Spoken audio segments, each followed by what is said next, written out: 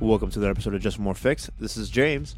You can find us online at justOneMoreFix.com or on Twitter at JustOneMoreFix. If you like us, head over to iTunes or Google Play and give us a rating and a comment. In this episode, we're going to have a 3D printing update. And now, it's time to get our gaming fix.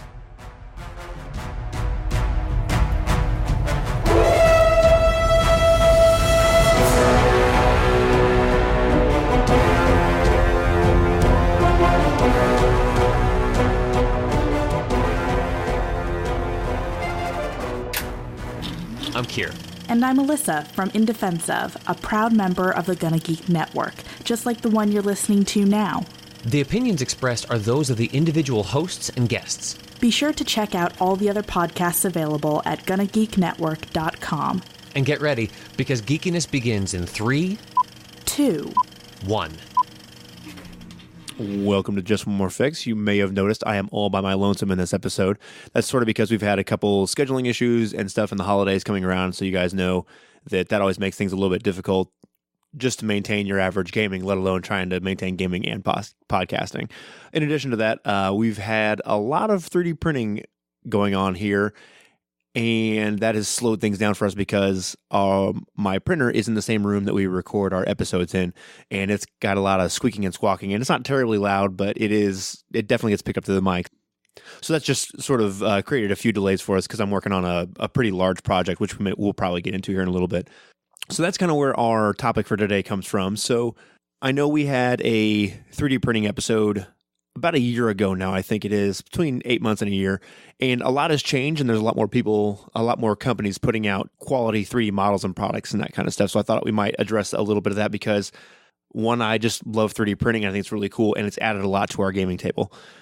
So the first thing I thought we might mention here is we're going to have just a quick, brief explanation of some 3D printing stuff and some terms and things and where to go find some things if you're interested. But if you want more detail on specifics of the actual printers and that kind of stuff, I would go back and listen to our episode that was about, like I said, 8 months to a year ago, and I'll link that in the show notes to make it easier for you guys to find.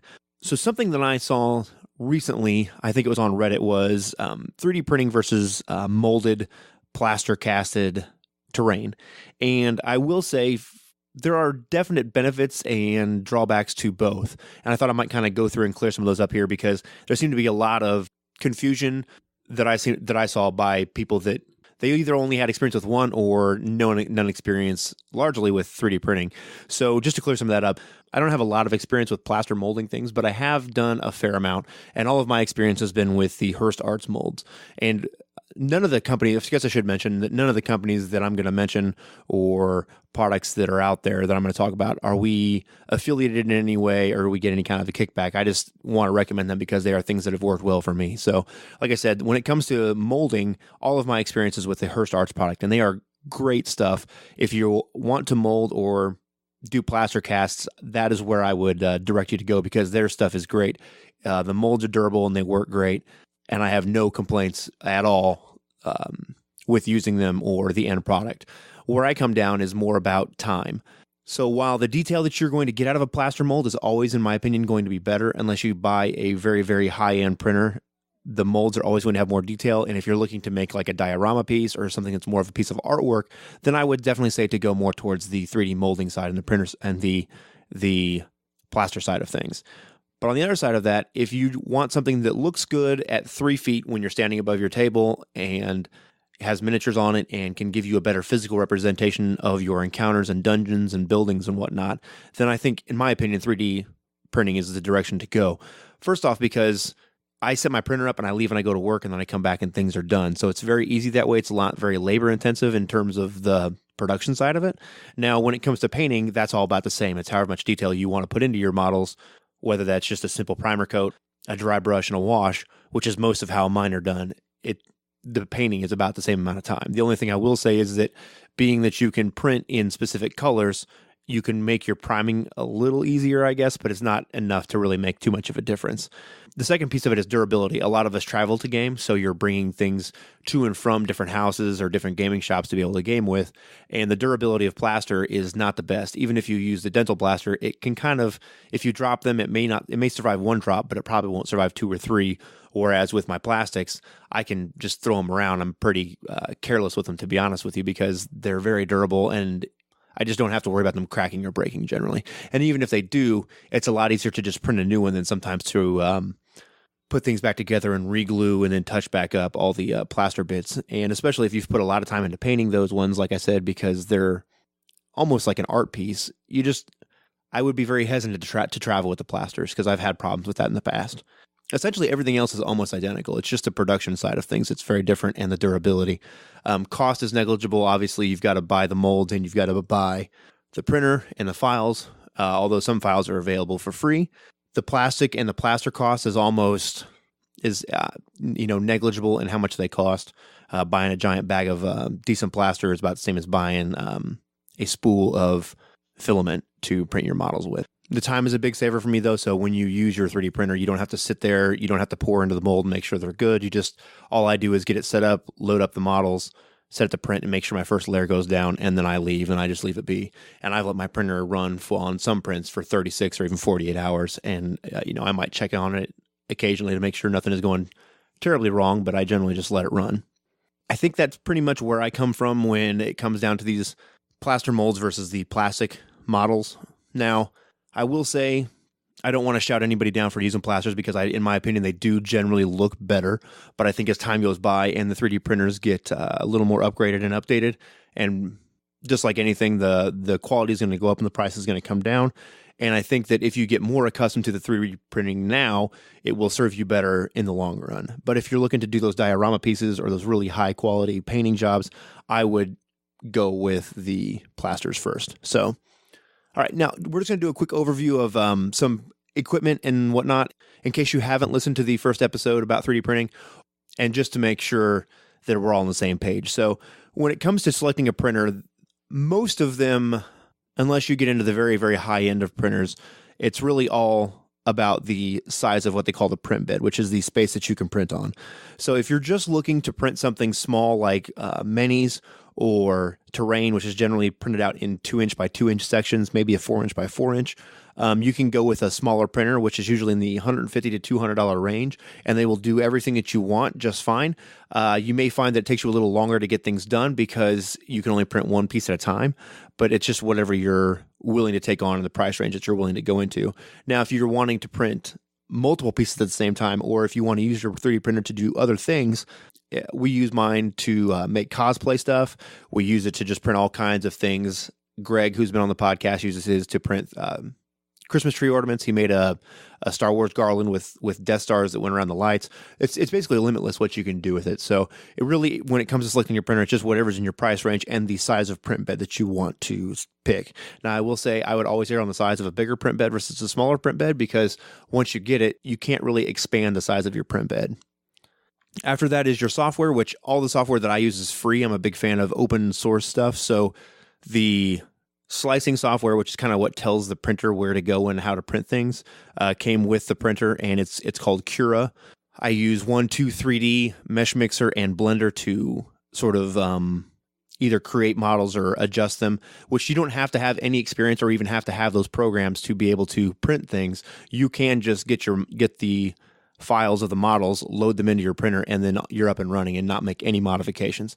It's just as you get deeper and deeper into it, maybe you want to resize something, maybe you want to change the way something looks, you can combine two models together. There's a lot of things that you can do once you have learned the software a little bit. The filament, which is the plastic that it prints out, I buy Hatchbox, which I get from Amazon Prime. So if you are an Amazon Prime member, you can get it shipped to your house for free. And it's between $20 and $25 per kilogram. So that's 2.2 pounds.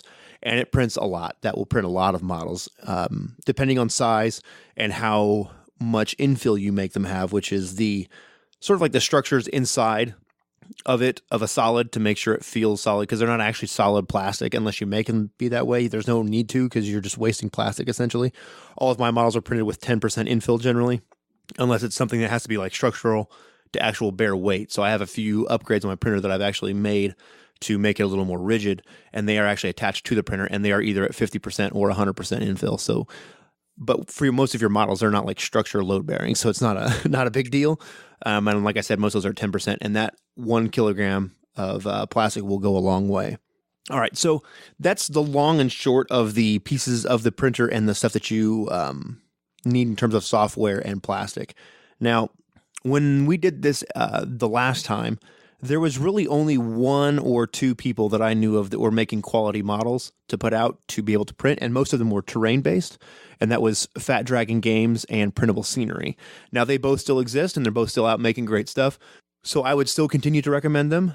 They can both be found on DriveThruRPG, as will all of these companies that I'm going to mention here in a minute, but in addition to that, not all of their models are necessarily on DriveThru. So you can also go to their actual websites and look through what they have, because they may have more products that are on their website that may not be on DriveThru.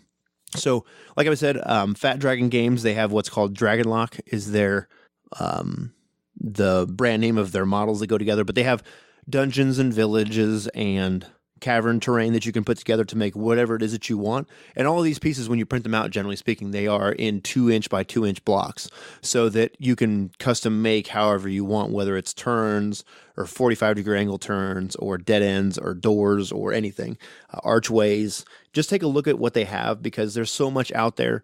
You can really make nearly any dungeon that you want to, or any cavern or any village, because all of these pieces they've put together, they're generally speaking pretty much modular, so you can kind of take them apart and put them together however you want, so long as you've printed enough pieces to make whatever custom sized building or custom sized rooms or hallways or passageways or whatever. They even have some secret door tiles, which are pretty cool, that you can't really tell the difference in them unless you really know it's there, and they like turn and twist and will open up to make for secret doors. So there's some really cool stuff that's out there that they've made. In addition to them is in addition to them is Printable Scenery. They have one of my favorite things that I've got actually now is a frigate. It's not done yet because I have too many printing projects going on at the same time, but it is a full-size, to-scale, 28mm frigate, so a big old ship. We had intended to use them for our 7th Sea games, which is why I started printing them out. And then as it turns out, 7th Sea, the second edition, is much more a narrative in the way it works, so there's not a need to have all the minis out, but I'm still looking for a good pirate minis game to be able to use with some nautical combat and some ship-to-ship stuff. And I've seen several, but I haven't tried any of them or played any of them. So if you know of any of them that are very good or you have experience with and think are cool, please let us know. Drop us a line and tell us what you think and why you like them or don't. In addition to those, they have some really cool World War II buildings. If you're into playing Dust or any other Cthulhu alternate history World War II stuff, they've got lots of buildings, and some of them are more ruined and some of them are like in a regular, how you would expect them to be. They have a couple different cathedrals that are cool, in whether you wanted it to be a medieval style thing or even take it over into a 40K Cathedral of the Emperor would be really cool. But one of the things that I like about Printable Scenery is that they have a couple other style of buildings that you don't see a lot of times. There's lots of sci-fi stuff and even more fantasy stuff out there, but I'm a big fan of Malifaux, and I think it's a pretty cool game, and the world is cool, and the theme of it is very cool, and they have several Western-style buildings, so your classic saloon or your classic marshal's office, a general store, all of that kind of wooden front or wooden buildings with the wooden walkway out front. They have several of those, which are very cool, so I'm actually in the process of getting those and starting to print those for our Malifaux games. A couple other new ones, though, that I found that I haven't used any of their stuff, but it looks really good, and I'm actually in the process of picking up some of their files to start printing them. The first one I'm going to mention is Hobgoblin 3D. Almost all of these companies have some kind of modular dungeon setup that you can put together, right? But one of the things that I like about Hobgoblin 3D is that they have loads of extras, because one of the things that I always find lacking when you're doing these things or you're modeling and putting your dungeons together is that the walls and the ground, they all look great, but there's all the extra stuff that should be there that isn't. So whether that's piles of rubble or beds and cots, bookshelves, tables, all the accoutrement and the little things that go in there to make it seem like it's something that's actually being lived in. I realize goblins, aren't the best interior decorators probably, but they still have stuff to fill it up with.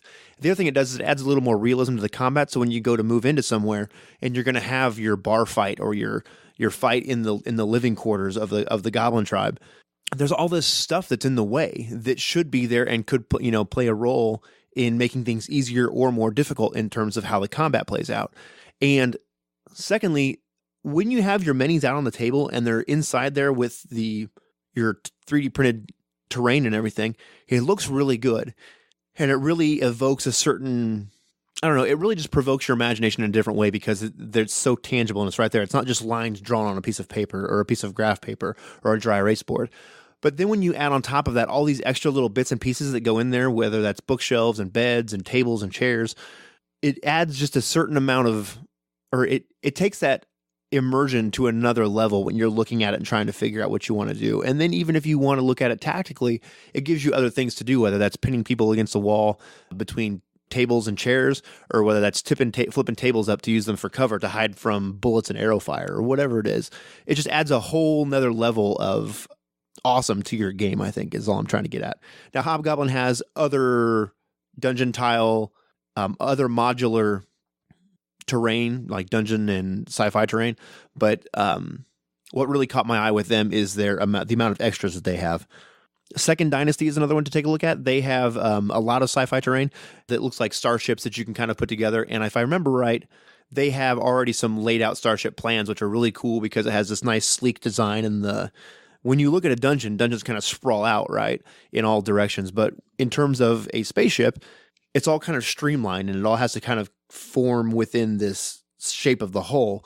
And it's very cool to look at because they have some pictures of starships and then the layout of the starship on the inside with the bridge and the engine room and all the quarters and all that kind of stuff. So it's really cool to look at. They're worth checking out. They use what is called an open lock system, which is a open source, open gaming license, if you will, terrain system to lock the tiles together. And lots of different companies use it. So if you find one style of science fiction terrain that you like, it will still connect and lock up with any other open lock tiles, which is very cool because lots of different companies are making lots of different things now, but all of their terrain pieces are all modular and all will still connect together. The last one I'm going to mention is Rocket Ship Games, and they make lots of extra sci-fi stuff and extras that go along with theirs. I believe that they have some really cool shipping containers and that kind of stuff that are really cool that you could put inside the room to just add a little more realism to it. Because if you think of it in terms of going into a ship's hold, like in Firefly, they always had these giant, not quite shipping containers, but something along those lines that were in there that were in the way that they used for cover and to hide around and to move in between to hide from the enemies and stuff and attack them by surprise and ambush them. So it's just something else to use to add into your games to add another level of awesome to them, essentially. I know that's a whole lot to digest all at once, but kind of blasted that out real fast at you guys. So there's a lot of information to digest there, and I'll link all these in the show notes. But there's lots of great companies that are out there doing this kind of stuff and making cool terrain and little bits to put inside your dungeons and your encounters to add some more life to them.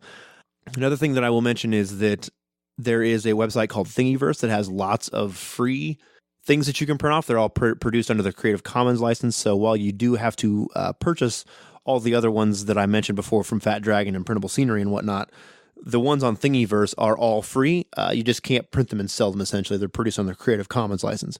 But they have loads of stuff on there, whether that's maybe you want World War II tanks to put in there. There's all kinds of things. You just type in whatever it is that you're looking for in there, and it'll bring it up. Whether I found a lot of things by just typing in Malifaux, and it brought up lots of stuff. You can just type in Wargaming or RPG miniatures, 40K, and it will bring up loads of things.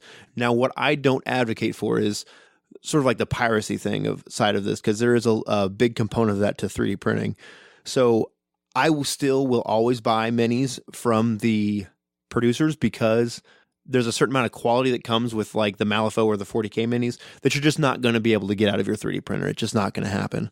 But there are all the other little bits that you can add to that I print to use that make them shine a little bit better. So like I print lots of bases, the little base inserts for Malifaux, if you're familiar with those, cobblestone inserts, and they have them that are like a doctor's office tile, like for an insane asylum. They have street corner ones. They have all different kinds of them, and those are all on Thingiverse, and they make the models look great because I'm not the best model painter, and I get kind of frustrated with it. But in addition to that, I have even less desire to do the basing, which can really set a model apart. So if I can just print off a base and then paint it up real quick and stick it on there, it really sets the model off from just being on that plain old black 30 millimeter base. So there's lots of that on there that you can do. And I know I'm forgetting some things, and there's loads and loads of pieces out there that you can also find and will continue to be produced to enjoy and increase your gaming with. I guess 3D printing is a very, very big rabbit hole to go down. So I've been printing now for about 2 years now, I think, maybe 2.5, something like that. And my printers I've had very little problems with mine. I've upgraded it and added some things to it to increase the quality of what it puts out. But I bought my Monoprice Maker Select 3 for about $250. I think it was on sale around Christmas time a couple years ago. And it's been running nonstop, basically. I've only had a few small failures on it. I've had a couple fans that have burned up and went out. And those I just got at Radio Shack or a computer parts store, and they were all $10 or less. So it was an easy fix. As simple as 2 screws and 1 plug, and it was ready to go. I know most of what we talked about here was all gaming related, but we also do cosplay stuff, which is kind of what delayed me to get to recording this week and why you're only hearing from me today. I'm in the process of actually printing off a ZF-1, if you guys know what that is, from Fifth Element, the large gun that Zorg has that he sells to I think it's the shape-shifting guys. I can't remember what they're called. But I'm in the process of printing one of those out because we're going to do a Fifth Element cosplay at Gen Con this year. But in the past, I've also printed out stuff for Lacey when we did the Mystique, Azazel, and Nightcrawler cosplay. I printed all the little skulls for her belt. There's all kinds of different things that you can print. So whether that's full suits of armor or just little small things that would go involved in your cosplay, like the skulls for that belt. So I also have finished up printing a full-size suit of Star Wars Scout armor. It's not completed yet. I've got to kind of glue it and paint it and get it all finished up, but the printing is largely done and it came out really well. I'm super satisfied with that. And like I said, that all comes back to the size of the print bed that you want, but it is something to think about if you're interested in cosplay or just anything along those lines. It's fun to have those things kind of on the table, even if you don't cosplay. I've got a dice box that is a giant D20 that opens up that I printed. So it's not just limited to cosplay. There's lots of other things that you can do with the 3D printer if you want to make use of it and have that bigger size. So I'm not sure if there's anything else to mention as I look over at my 3D printer and trying to think of any other details. But I really do think I realize I mentioned that I started printing about 2 or 3 years ago. So I was kind of an early adopter, and really a lot of people if you got into it now, I would still think that you would be an early adopter as well. But it is something that continues to grow, and there are more and more things being produced. And I think that as time goes by, that this will be really the way that a lot of your gaming stuff is made and produced, is that whether you print it or you go somewhere else and have someone print it for you, the versatility of it is just amazing. And I really do think that if you start to get familiar with it now, you'll be better served in the future as time goes by and the technology continues to get better and better and cheaper, because I think that these will probably be in most people's houses as time goes by. Maybe I'm just a little crazy about it because I really enjoy the 3D printing aspect of it and the fabrication of it. It really works for the engineering part of my brain, I guess. It's a lot of fun, if nothing else. It can teach you a new skill, because I'm all about learning new things and trying to troubleshoot new things. It's fun to do. Keeps your mind sharp. It also has produced some new creativity in me for my gaming. It's something that I've brought the concept of 3D printing and what it means and how it changes things into a sci-fi world. So there's lots of opportunities, inspiration there, I guess is all I'm getting at. So think about it. It's not as big of a hurdle as what you would think. And the 3D community that is out there is great. And I have had my fair share of trouble getting up and started when we first started the process, but everybody was super friendly and helping me troubleshoot things. There's lots of people that I know, whether that's friends that I know locally that actually have 3D printers or people online that I talk to. Everybody's really good about helping each other troubleshoot problems, find the replacement parts for things if they do happen to break. Whatever it is, the community is just great, and I've had lots of good experiences trying to either help other people or get my machine back up and running. I guess that'll do it for us. It's a quick, short, and sweet one there, but hopefully it'll inspire you guys to get involved in 3D printing. And if you already are 3D printers, please let us know. Drop me a line, show me some stuff that you're working on and what you've done. Any tricks that you have, because it's always fun to find out what works for people, because we are all struggling in some kind of way to get things just right and just tuned in right. Well, that'll do it for us this week. As you guys know, we are a member of the Gonna Geek Network. So quick plug for one of the shows on the network. In Defense of, episode 43, the Geek Glad Games 2017. Happy holidays. Joined by Nicole Mazza of the Terminus podcast. We run down all the gifts the geek and fandom communities have been given this year. So check them out. That's In Defense of, and that's on the Gonna Geek Network. You can find them at GonnaGeekNetwork.com. I know this one is coming to you guys late this week, but we should be back to our normal schedule next week with our regular episode dropping on Wednesday and our review of Fate of Freeport dropping on Friday. Have a happy holidays or whatever it is that you guys celebrate. Play some great games, have fun, enjoy your family, and introduce someone to gaming. In fact, I would recommend buying some kind of tabletop game, whether it's a board game or party game or card game or RPG for someone in your family to expose everyone to gaming. Because, quick aside, we went shopping for Christmas and doing some things, and I can't remember what store we were at, but I saw that they had a board game selection. This is a regular department store, and they had like Trouble and Sorry and Monopoly there. And I laughed because I thought, how do they still sell these games? Because in terms of other games that are out there, there are so many other great games. And I think when you tell people, oh, I play games, I play tabletop games and board games and role-playing games, that's where their mind goes. It either immediately goes to D&D or to like Monopoly. And D&D is a great game, and I got no problems with it. But when it comes to board games, it's just terrible. There's so many other great games out there. So please, please, please, share gaming with other people, because I think if they realize how great some board games are and how much better they are than the regular old 1950s Sorry and Trouble and Monopoly, that the gaming community will grow and grow and grow and grow, because they are, just like I said, great games. They sort of sell themselves once you get someone to sit down at the table for them. So now that rant's over, I suppose that'll do it for us.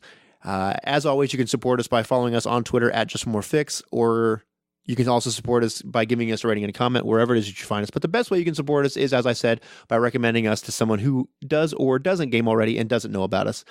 And I guess we will see you guys next week.